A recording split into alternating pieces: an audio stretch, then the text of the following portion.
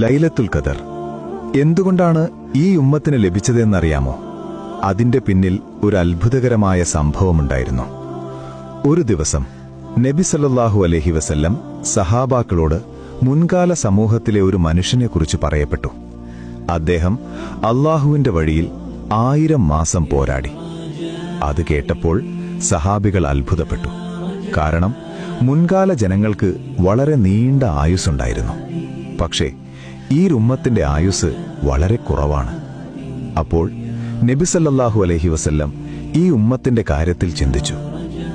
എങ്ങനെ ഈ ഉമ്മത്തിന് അത്രയും നന്മ നേടാൻ സാധിക്കും? അപ്പോൾ അല്ലാഹു ഒരു മഹത്തായ അനുഗ്രഹം നൽകി, ലൈലത്തുൽ ഖദർ. ഖുർആനിൽ അല്ലാഹു പറഞ്ഞു, ലൈലത്തുൽ ഖദർ 1000 മാസത്തേക്കാൾ മികച്ചതാണ്. അതായത് ഒരു രാത്രി സത്യസന്ധമായി ഇബാദത്ത് ചെയ്താൽ 83 വർഷത്തെ ഇബാദത്തിന്റെ പ്രതിഫലം.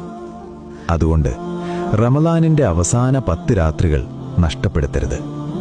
ആർക്കും അറിയില്ല ഇത് നമ്മുടെ അവസാന റമളാനാണോ എന്ന്. അല്ലാഹു ലൈലത്തുൽ ഖദർ നമുക്ക് നൽകട്ടെ. ആമീൻ.